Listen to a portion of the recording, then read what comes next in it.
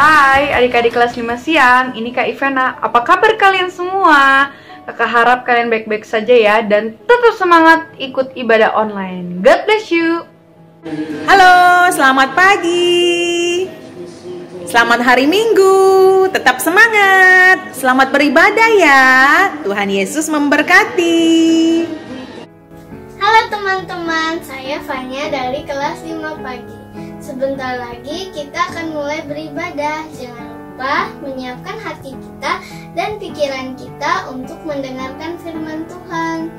Selamat hari Minggu, Tuhan Yesus memberkati. Teman-teman, saya Yunima dari kelas 4 siang. Teman-teman, ayo siapkan hati dan pikiran kita untuk sekolah minggu. Selamat beribadah, Tuhan Yesus memberkati. Halo teman-teman, saya Dewen dari kelas 4 pagi. Apa kabar semuanya? Semoga sehat selalu. Selamat beribadah, Tuhan Yesus memberkati. Shalom, selamat pagi adik-adik. Selamat hari Minggu. Kita berjumpa lagi di dalam ibadah online Sekolah Minggu GKI Gading Serpong. Ya, kita semua sudah siap untuk beribadah bukan? Ya, kita mau beribadah, kita mau memuji Tuhan bersama dengan Tante Esther dan juga Kak Arya dan juga Kak Dinda ya. Kita semangat untuk memuji Tuhan. Kita sudah merasakan kasih setia Tuhan ya setiap hari. Mari besarkan nama Tuhan. Pujilah Dia. Kemurahan Tuhan begitu besar ya, melimpahi kita semua.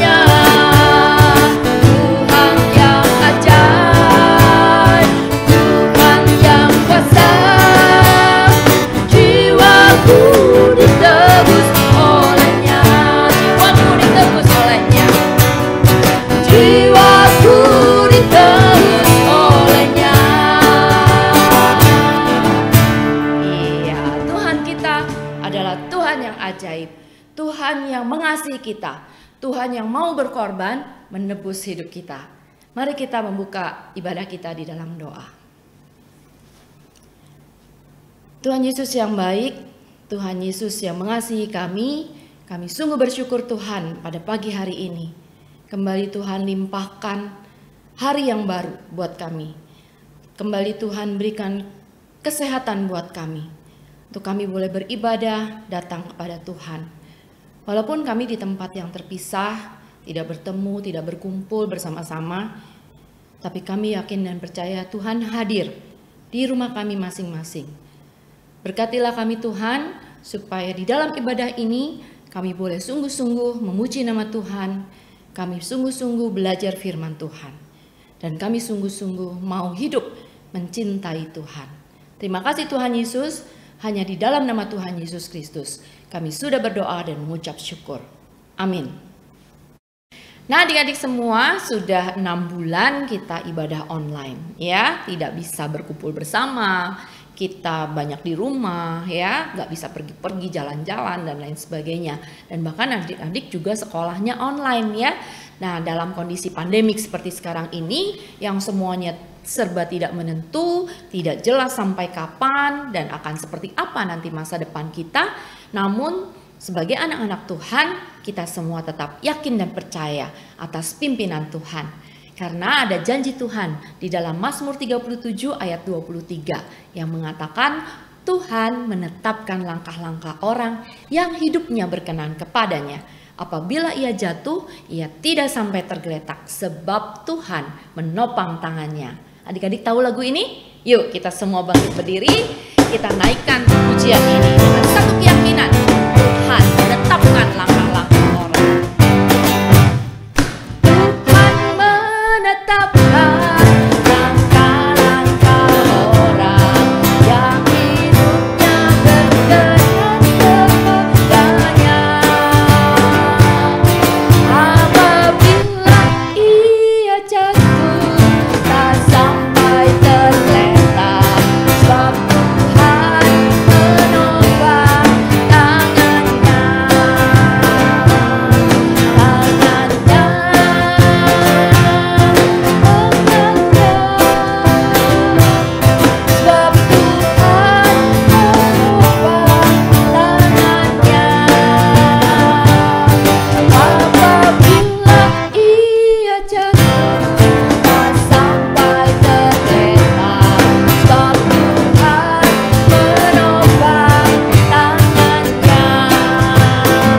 Tuhan menetapkan langkah-langkah orang. Tuhan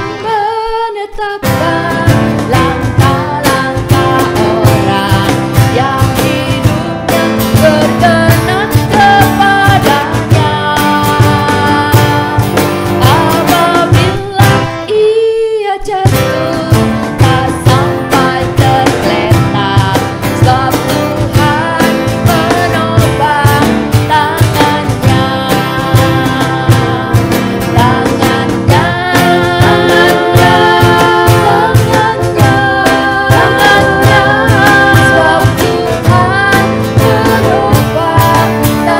kepadanya.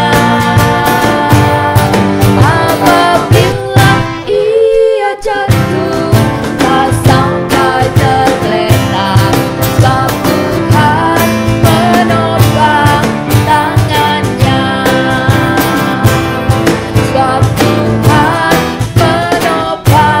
tangannya. Menetapkan langkah-langkah orang yang hidupnya berkenan kepadanya. Nah, adik-adik semua, kita akan menaikkan syukur kita melalui persembahan pada hari ini. Mari kita bersyukur atas semua berkat dan pemeliharaan yang sudah Allah berikan dalam kehidupan kita. Karena kita masih ibadah online, maka adik-adik bisa memasukkan uang persembahannya ke dalam kotak celengan di rumah adik-adik masing-masing. Nanti kalau kita sudah bertemu dalam ibadah tatap muka, maka kotak celengan adik-adik bisa dibawa untuk dimasukkan dalam kantong persembahan di gereja. Atau papa mama saat ini bisa juga memberikan persembahan online melalui scan barcode yang ada di layar berikut ini. Mari kita naikkan syukur kita dengan pujian burung pipit tidak menabur tapi Tuhan beri makan. Terlebih lagi kita anak-anak Tuhan, pasti Tuhan berkati.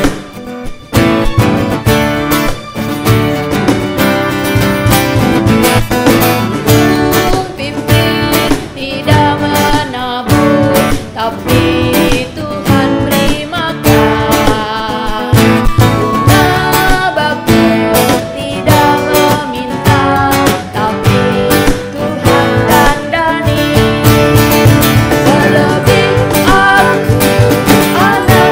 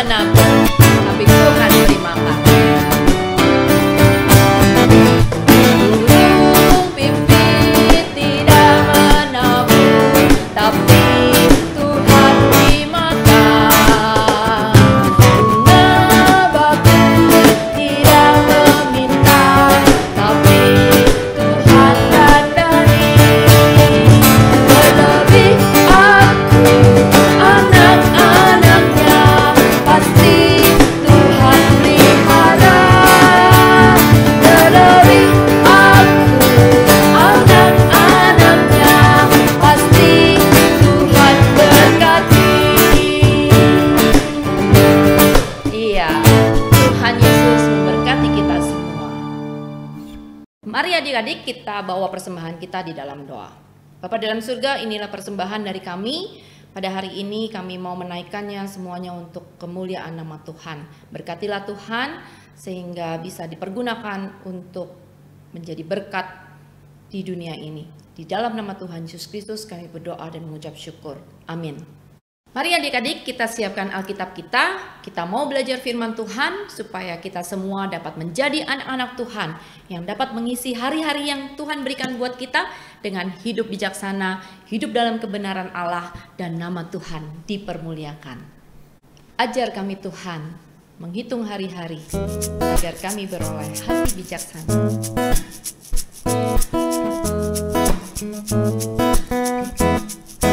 Ajar kami Tuhan menghitung hari-hari agar kami beroleh hati bijaksana. Ajar kami Bapa hidup dalam jalan-Mu agar semua rencana-Mu digenapi. Mulialah nama-Mu Tuhan dan ajaib jalan-Mu. Pimpin kami di setiap waktu.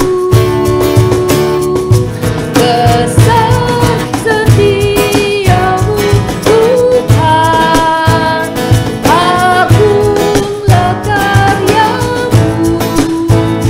Yesus kami bersyukur padamu. Ajar kami Tuhan menghitung hari-hari agar kami beroleh hati bijaksana.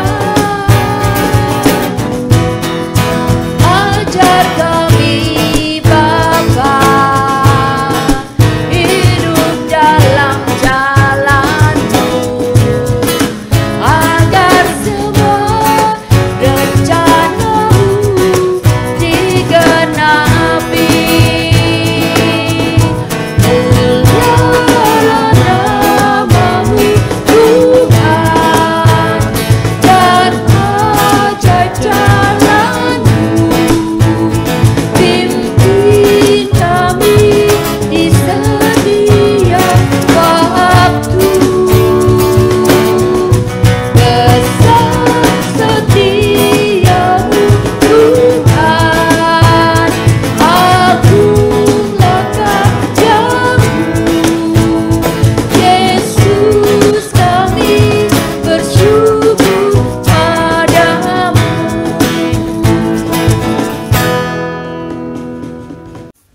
Mari kita berdoa. Tuhan Yesus, terima kasih Tuhan memberikan kesempatan kepada kami untuk kami belajar firman Tuhan. Tuhan tolong kami untuk kami dapat mengerti firman Tuhan dan melaksanakannya dalam hidup kami sehari-hari. Dalam nama Tuhan Yesus kami berdoa. Amin.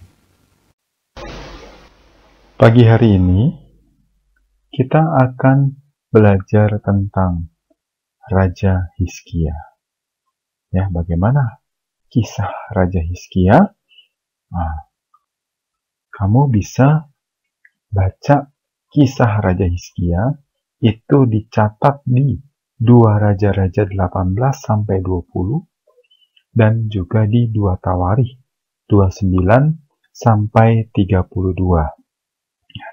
Di sini Om akan ambil bagian-bagian penting saja dari bacaan kita yang begitu banyak. Ada 7 pasal. Ya, jadi kita akan membaca bagian-bagian yang penting saja. Nah, di sini sebelum kita masuk ke dalam kisah Raja Hizkia, kita lihat dulu sedikit tentang Raja Ahaz yaitu ayahnya Raja Hizkia. Ya, Ahaz berumur 20 tahun pada waktu ia menjadi raja, dan 16 tahun lamanya ia memerintah di Yerusalem. Ia tidak melakukan apa yang benar di mata Tuhan, seperti Daud bapa leluhurnya. Nah, perhatikan baik-baik. Ya, di sini kalau kita mengingat kembali kisah tentang kerajaan Israel, ya, pada waktu zaman Salomo, ya, itu masih satu, yaitu kerajaan Israel. Tapi begitu Salomo meninggal, ya, kerajaan Israel pecah jadi dua, yaitu kerajaan 10 suku disebut juga kerajaan Israel, dan kerajaan 2 suku disebut kerajaan Yehuda. Ya, kerajaan Israel, raja pertama adalah Raja Yerobeam, sedangkan kerajaan Yehuda, raja pertamanya adalah Rehabeam.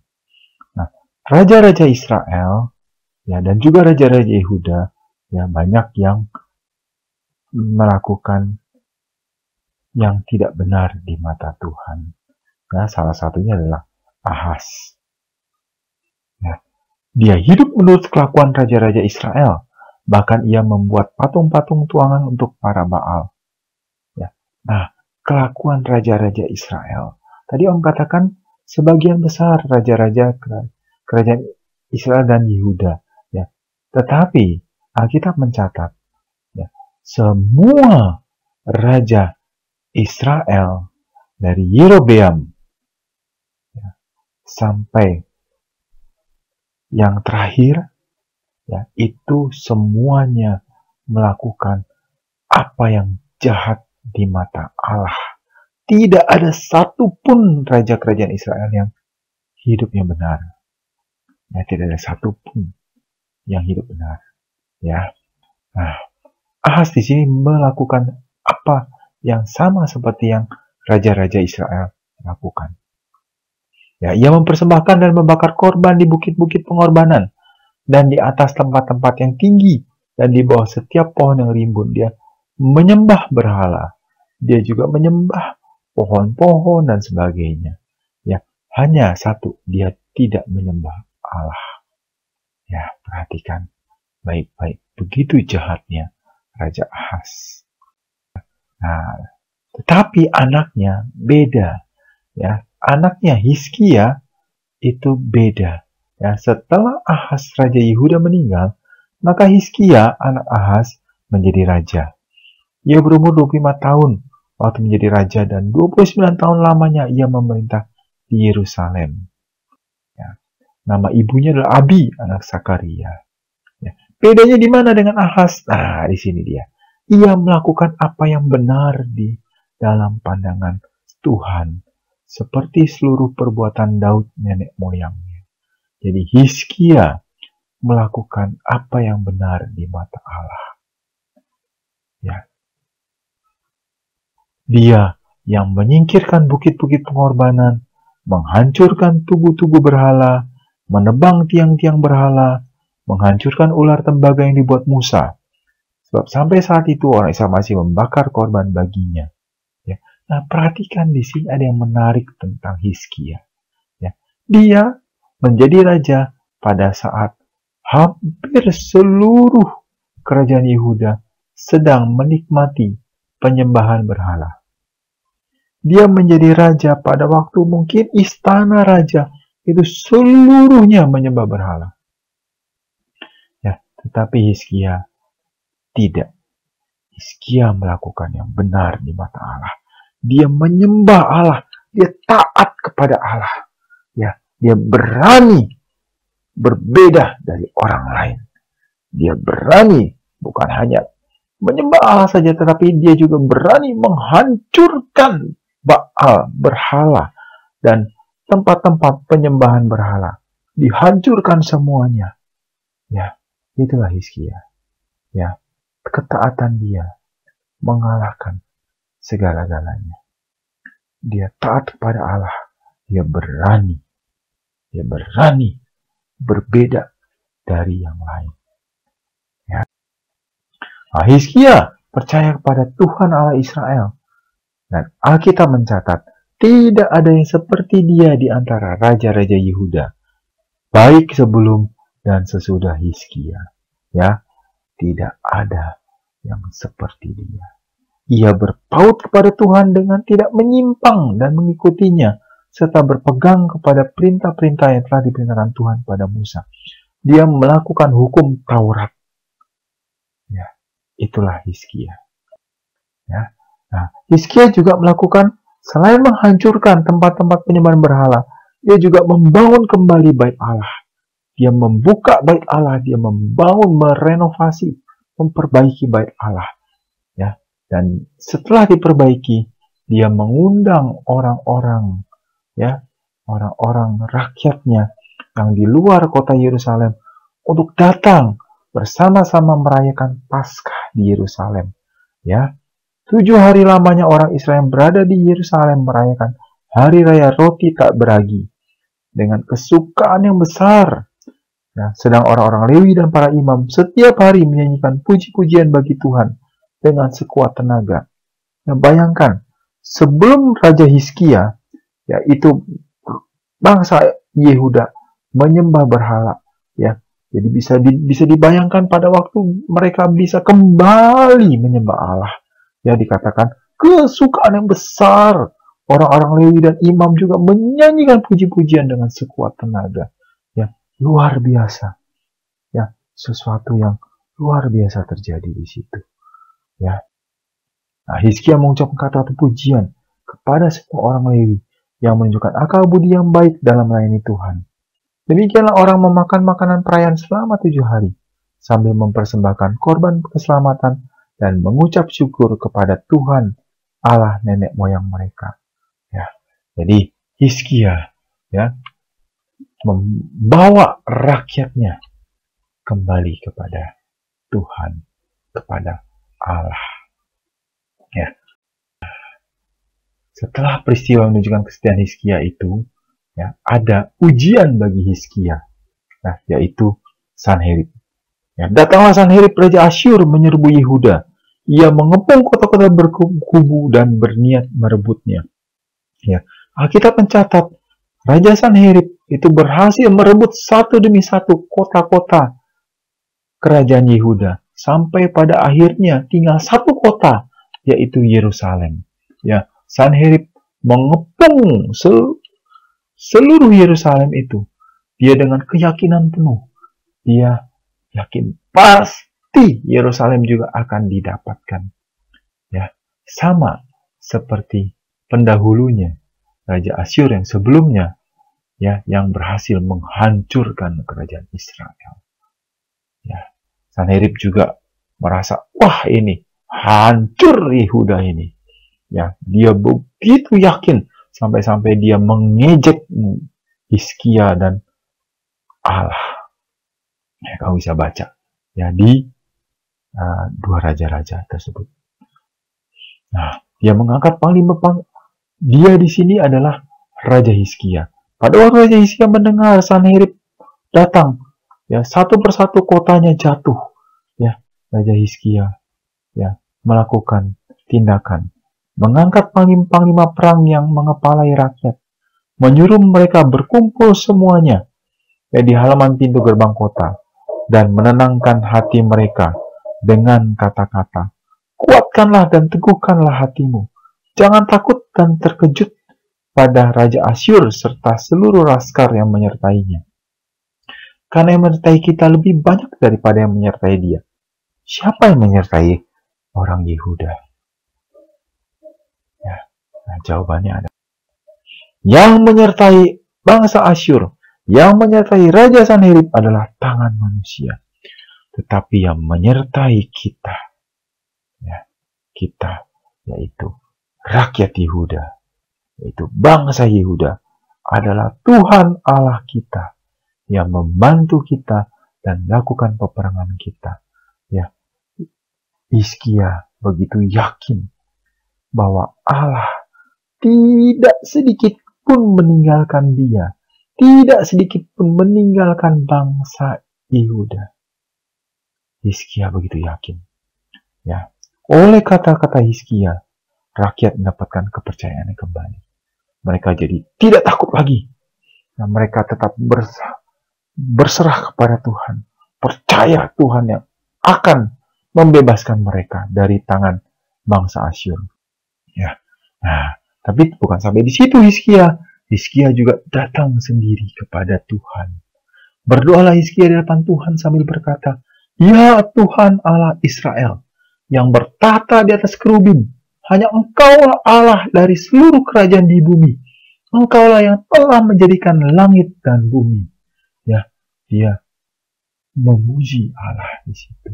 Dan dia berdoa dengan penuh keyakinan.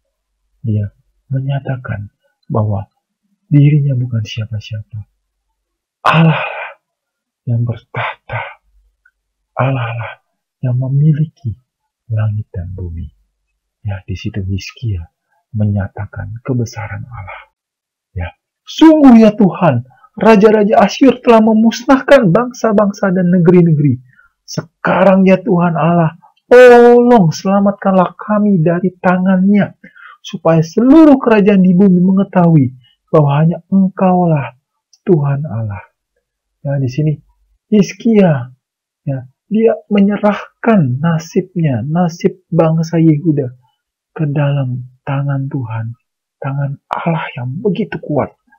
Ya, Hizkia menyerahkan, ya, Tuhan, tolong selamatkan kami. Ya, dia tidak mencari siapa-siapa, dia hanya mencari Tuhan Allah. Tuhan yang dia percaya, yang dia hidup taat pada firman Tuhan. Ya. Nah, apakah Allah mendengar? Ya. Ya. Allah menyuruh Nabi Yesaya mengutus orang datang menemui Hizkia dan berkata, "Beginilah firman Tuhan mengenai Raja Asyur." Ya. Tuhan Allah mengatakan, "Ia tidak akan masuk ke kota ini dan tidak akan menembakkan panah ke sana. Juga ia tidak akan mendatanginya dengan perisai dan tidak akan menimbun tanah menjadi tembok untuk mengepungnya." Ya. Tuhan menyatakan tentara Asyur tidak akan masuk satu langkah pun ke dalam tembok Yerusalem. Ya. Bahkan bukan itu saja, melalui jalan di mana dia datang, dia akan pulang. Ya, jadi Allah mengatakan, Sanherib datang dari mana? Dia akan pulang lewat jalan yang sama. Ya, dia akan balik kembali, tidak melanjutkan pengepungan. Ya, tetapi ke kota ini dia tidak akan masuk. Demikianlah firman Tuhan. Dan aku akan memagari kota ini untuk menyelamatkannya oleh karena aku dan oleh karena Daud hambaku. Ya, jadi Tuhan Allah berjanji kepada Hizkia akan melindungi Yerusalem, ya, selama Hizkia hidup. Ya, melindungi, tidak akan ada bangsa lain yang akan menyerang kota Yerusalem. Ya, jawaban dari Tuhan Allah atas doa Hizkia. Nah, benar, langsung Tuhan Allah mengutus malaikat Tuhan. Ya, keluarlah malaikat Tuhan, lalu dibunuhlah 185.000 orang dalam perkemahan Asyur. Keesokan harinya pagi-pagi tampaklah semuanya bangkai orang-orang mati belaka.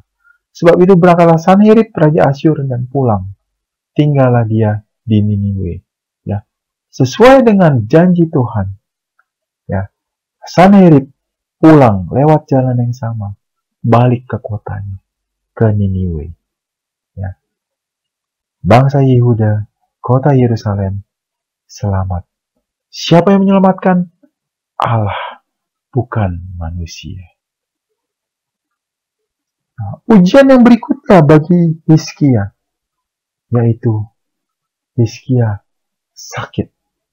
Hizkia jatuh sakit dan hampir mati. Ya, setelah melalui masalah pengepungan oleh Raja Sanherib, Hizkia lolos karena dia berdoa kepada Tuhan. Dia percaya kepada Tuhan Allah. Maka ujian yang kedua, Hizkia diberikan sakit, ya, dan hampir mati.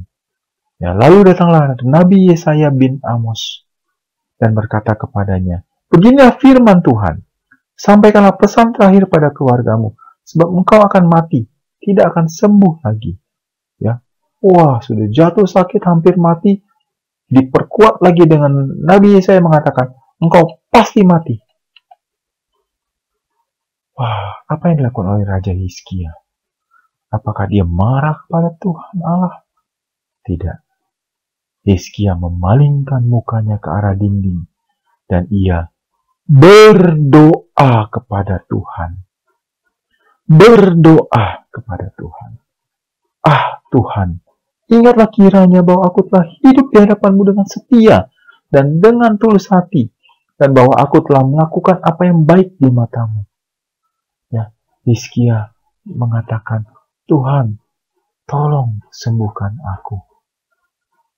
Ingatlah akan aku. Ya. Kemudian menangislah Hizkia dengan sangat. Ya, menangislah Hizkia karena berita dia akan mati. Ya. Pada saat Yesaya belum lagi keluar dari pelataran tengah, tiba-tiba datanglah firman Tuhan kepadanya. Baliklah dan katakan pada Hizkia, beginilah firman Tuhan Allah Daud bapa leluhurmu. Telah kudengar doamu. Allah mendengar doa Hizkia. Dan telah kulihat air matamu, kesungguhan hati Hizkia. Sesungguhnya aku akan menyembuhkan engkau. Pada hari yang ketiga engkau akan pergi ke rumah Tuhan. Jadi Tuhan Allah berjanji kepada Hizkia akan menyembuhkan dia. Dan akan memperpanjang hidupmu 15 tahun lagi. Aku akan melepaskan engkau dan kota ini dari tangan Raja Asyur. Aku akan memagari kota ini oleh karena aku dan oleh karena Daud hambaku. Ya. Jadi Allah mendengar doa Hizkia, bukan hanya menyembuhkan, tapi memperpanjang usianya 15 tahun lagi. Bukan itu saja, Allah juga mempertegas janjinya, yaitu apa? Selama Hizkia hidup, kota Yerusalem tidak akan diserang oleh siapapun. Kota Yerusalem aman dan damai. Ya, Hizkia sembuh. Ya, dan dia memerintah selama 15 tahun lagi. Pada masa pemerintahannya, bangsa Yehuda mengalami keadaan yang makmur, aman dan damai. Ya, itulah Hizkia. Dia menghadapi masalah selalu datang kepada Tuhan Allah. Berdoa, berdoa, berdoa. Untuk direnungkan. Pendahulu Raja Hizkia, yaitu ayahnya, Raja Ahaz, adalah raja yang hidupnya tidak benar di mata Allah. Tetapi Hizkia berani mengambil sikap untuk tidak mengikuti ayahnya dan melakukan yang benar di mata Allah. Bahkan ia dengan berani membersihkan berhala-berhala dari kerajaannya. Ya, menjauhkan bukit-bukit pengorbanan, meremukkan tugu-tugu berhala, menebang tiang-tiang berhala, menghancurkan berhala ular tembaga yang dibuat oleh Musa. Ya, Hizkia berani mengambil sikap melakukan yang benar di mata Allah. Beda dari orang sekelilingnya yang menyembah berhala. Yang kedua, Hizkia mengalami pengepungan bangsa Asyur. Bukan pengepungan saja, tapi juga dihina oleh utusan Raja Sanherib. Allah dan Hizkia dihina. Tapi Hizkia tetap tenang dan tidak menjadi emosi, tidak mendengarkan ucapan mereka. Sebaliknya Hizkia mencari Allah dan berdoa. Indah sekali. Mencari Allah dan berdoa, bukan mencari orang. Maka Allah mendengar dan mengabulkan doa Hizkia. Bangsa Yehuda dibebaskan dari bangsa Asyur. 3. Hizkia menderita sakit dan divonis tidak dapat sembuh lagi. Hizkia tidak putus harapan. Dia berdoa, memohon kepada Allah untuk kesembuhan penyakitnya. Allah mendengar permohonan Hizkia dan berkenan memperpanjang umurnya 15 tahun lagi. Ya, itu Hizkia. Dia menghadapi masalah dengan doa. Doa kepada siapa? kepada Tuhan Allah. Tuhan mendengarkan doa Hizkia. Nah, bagaimana dengan kita? Bagaimana dengan kita? Sekarang, apakah kita menghadapi masalah yang sama dengan Hizkia? Mungkin tidak sama persis. Tidak ada yang mengepung rumah kamu. Ya, mungkin kamu juga tidak dalam kondisi sakit parah sampai hampir mati. Tapi masalah-masalah selalu ada. Ya. Nah, apa yang harus kita lakukan? Penerapan yang pertama, ASN berani menentukan sikap melakukan yang benar di mata Tuhan. Walaupun orang-orang di sekitarnya tidak melakukan. Ya. Berani bersikap benar. Ya. Sekeliling kita boleh melakukan yang jahat, tapi kita tetap melakukan yang benar. Ya. Saat sekarang ini, banyak sekali peluang kita untuk melakukan tindakan-tindakan yang tidak benar. Ya. Pada saat-saat pembelajaran jarak jauh, kamu punya kesempatan untuk melakukan kecurangan-kecurangan dalam tugas ataupun mengerjakan tes. Mungkin kamu diejek teman-teman kamu karena kamu tidak curang. Nilai kamu jelek, teman-teman kamu yang curang, nilainya bagus. Apakah kamu jadi ikut sama dengan mereka atau tetap melakukan yang benar di mata Tuhan? Dengan konsekuensinya apa? Kalian meluangkan waktu lebih banyak untuk belajar. Bagi yang memang kalian belum bisa belajar lebih lama, mainnya dikurangi. Ya, tetapi kalian tetap melakukan yang benar di mata Tuhan. Yang kedua, ASN mencari Tuhan bukan yang lain apabila menghadapi masalah. Ya. Kalau kamu menghadapi pelajaran yang sulit, kamu berdoa, minta Tuhan yang membukakan pengertian kamu. Bukannya minta jawaban dari teman. Dibully teman, kamu cari Tuhan. Katakan kepada Tuhan, Tuhan, saya dibully. Bukan terus mencari jalan pintas. Wah, dibully teman, sudah bunuh diri saja. Lebih baik mati saja. Ya, tidak seperti itu. Dibully teman, berdoa kepada Tuhan. Ada masalah keluarga. Ya, mungkin keluarga kamu yang sedang menghadapi masalah yang sulit, keuangan sulit. Ya, ataupun juga ada keluarga yang terkena sakit COVID-19 sehingga harus mengalami karantina, isolasi mandiri, dan sebagainya. Ya, datang kepada Tuhan. Cari Tuhan, bukan cari yang lain. Apalagi berpikir pendek, bunuh diri. Itu bukan solusi. Ya, Hizkia tidak bunuh diri.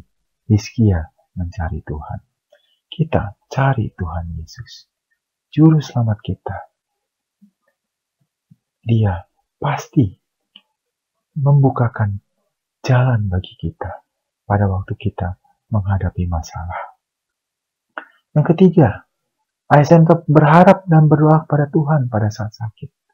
Ya, pada waktu kamu menghadapi sakit, atau orang tua kamu, atau saudara kamu mengalami sakit, ya sakit parah, ataupun sakit ringan, ataupun harus mengalami sakit corona, dan sebagainya, tetaplah berharap dan berdoa kepada Tuhan. Tuhan Yesus adalah jawaban kita, bukan orang lain. ASN bersyukur atas kesehatan yang diberikan Tuhan dan menggunakan hidup yang diberikan Tuhan untuk melakukan perbuatan-perbuatan yang benar di hadapan Tuhan. Ya, bersyukur kalau kamu diberikan kesehatan. diberikan tubuh yang sehat oleh Tuhan, kamu bersyukur dan kamu gunakanlah hidup kamu yang sehat itu untuk melakukan perbuatan yang benar di hadapan Tuhan.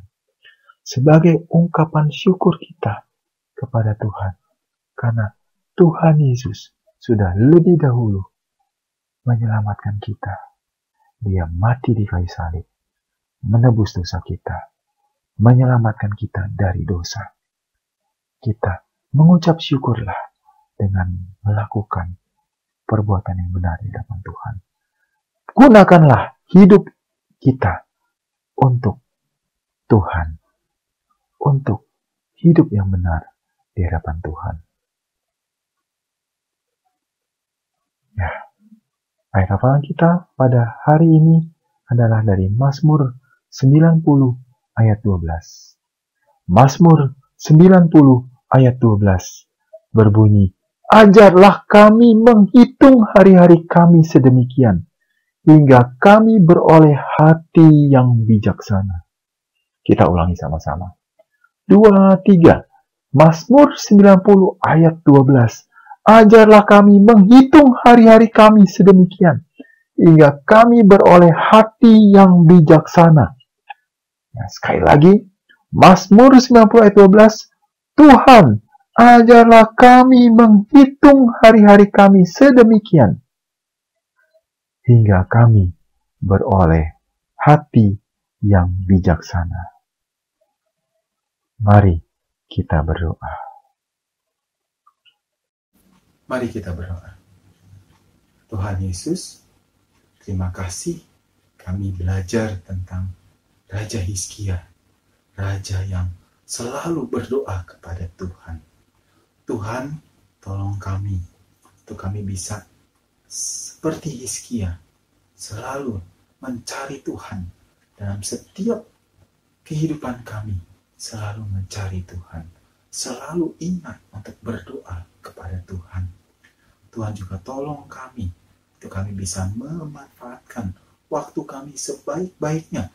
Masa depan kami juga kami bisa berikan kepada Tuhan. Tuhan Yesus yang mengasihi kami. Terima kasih Tuhan. Amin. Adik-adik, firman Tuhan yang disampaikan Om Matias tadi mengingatkan bahwa adik-adik harus bersyukur atas umur yang Tuhan telah karuniakan hingga saat ini. Ngomong-ngomong tentang umur, pasti adik-adik ingat kue ulang tahun. Bagaimana rasa kue ulang tahun? Pasti manis.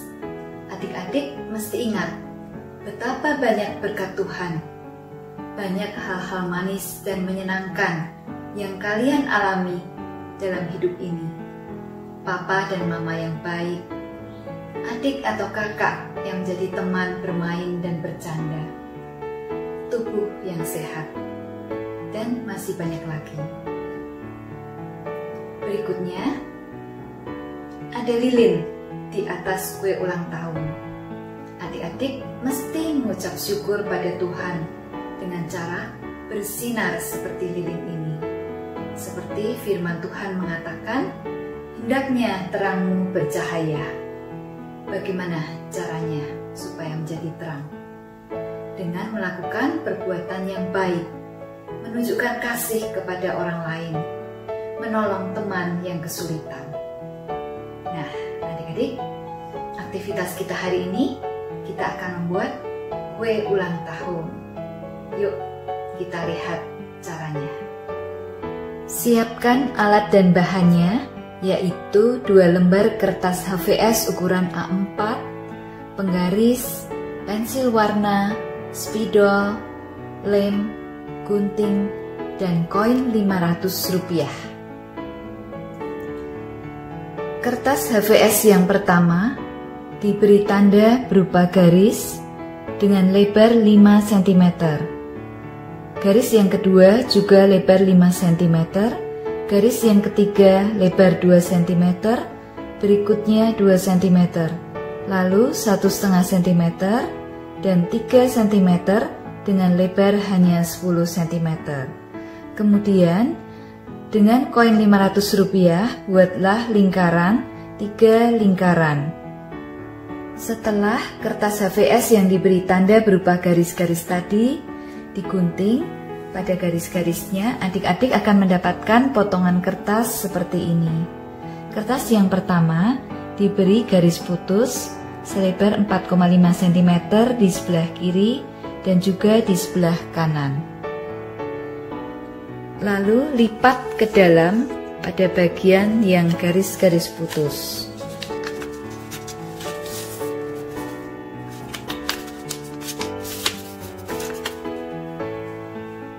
Kertas yang kedua diberi tanda garis-garis putus di sebelah kiri dan kanan dengan jarak dari ujung 7 cm.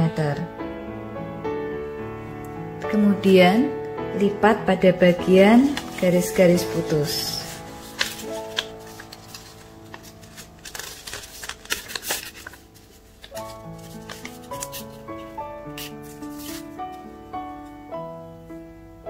Berikutnya, untuk kertas yang lebar 2 cm, adik-adik beri garis kira-kira di bagian tengah dua-duanya. Kemudian, dengan koin, buatlah pola di atas kertas ini pada garis yang ada di tengah. Seperti ini. Terus dilakukan sampai dengan ujung.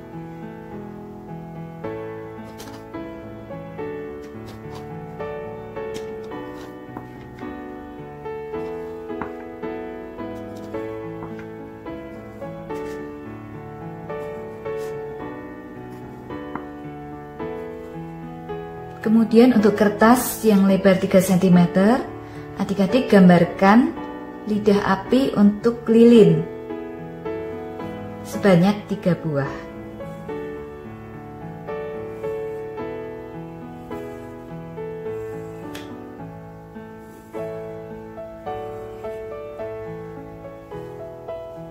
Nah, adik-adik gunting lidah-lidah api ini dan juga lengkungan-lengkungan ini. Setelah digunting, adik-adik akan mempunyai kertas-kertas seperti ini. Kita bisa susun menjadi kue ulang tahun. Kertas yang pertama adalah lapisan pertama dari kue ulang tahun. Lapisan kedua, lengkungan-lengkungan ini adalah hiasan pada kue ulang tahun.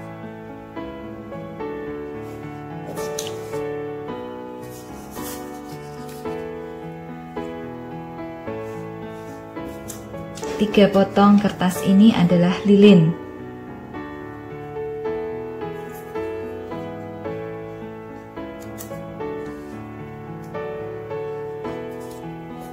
Yang ini adalah cahaya lilin.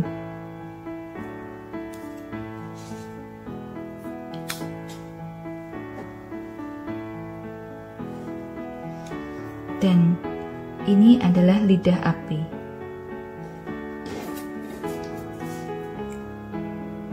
Adik-adik bisa warnai bagian-bagian kertas ini sesuai dengan kreasi adik-adik. Setelah diwarnai, adik-adik akan mempunyai kue ulang tahun seperti ini.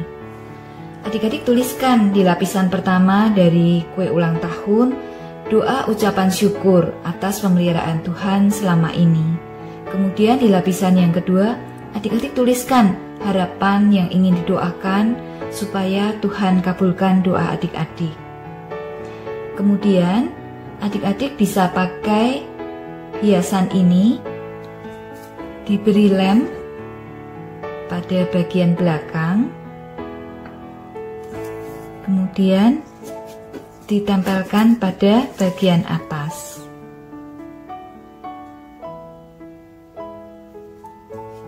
Bagian yang tersisa bisa digunting. Demikian juga dengan lapisan yang sebelah atas ditempel hiasan ini. Berikutnya, adik-adik pakai kertas HVS yang masih satu untuk membuat dasar tempat kue ulang tahun itu akan ditempelkan. Adik-adik beri tanda dari bawah 2 cm dari sebelah kiri dan kanan 1,5 cm dengan lebar 5 cm. Kemudian lapisan atas sebelah kiri dan kanan 3,5 cm dan ke atas 5 cm. Sehingga adik-adik akan mempunyai kertas dengan gambar seperti ini. Kemudian kita mulai tempelkan bagian-bagian kue. Lapisan pertama diberi lem pada bagian lidah belakang keduanya. Kemudian ditempelkan sebelah kiri terlebih dahulu. Lalu sebelah kanan pas di garis yang sudah digambar. Jadi kita mempunyai kue yang 3 dimensi. Demikian juga dengan lapisan yang kedua, diberi lem lalu ditempelkan sebelah kiri terlebih dahulu, baru sebelah kanan.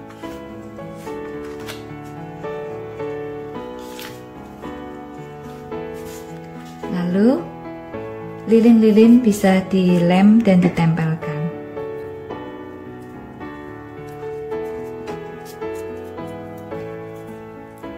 Lem jangan sampai di ujung atas karena nanti akan diselipkan cahaya kuning.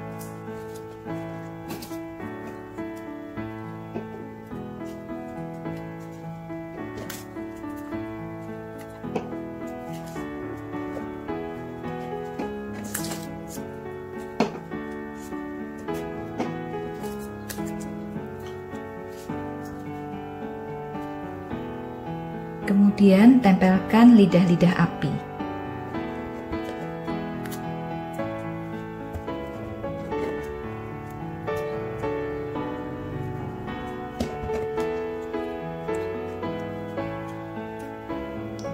Kue ulang tahun sudah jadi, tapi adik-adik belum selesai. Adik-adik tuliskan ayat hafalan di bagian atas. Juga seperti lilin yang bercahaya, adik-adik sebagai anak Tuhan mesti bercahaya di tengah-tengah dunia ini. Adik-adik tuliskan di bagian yang kosong komitmen adik-adik untuk menjadi terang dunia. Setelah lengkap dikerjakan, hasilnya akan seperti ini. Atau jika adik-adik punya kertas warna-warni di rumah, bisa dipakai juga seperti ini. Ayo adik-adik, berkreasi membuat kue ulang tahun.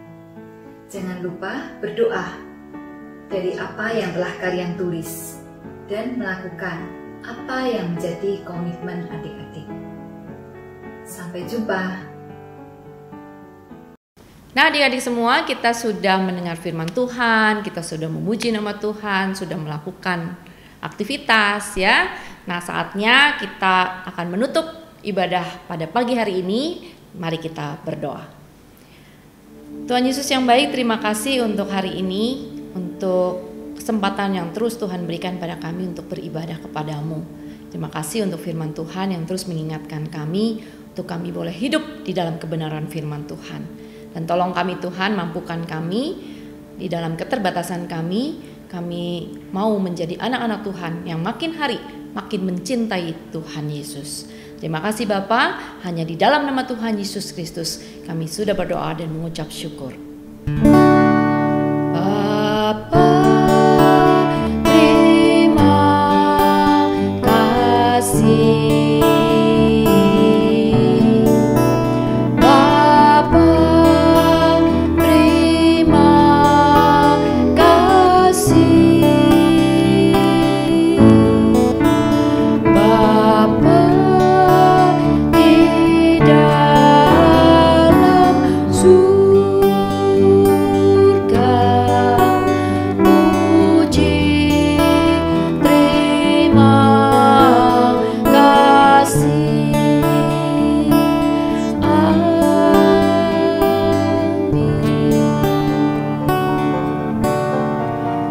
Selamat hari Minggu, Tuhan Yesus memberkati kita semua. Shalom.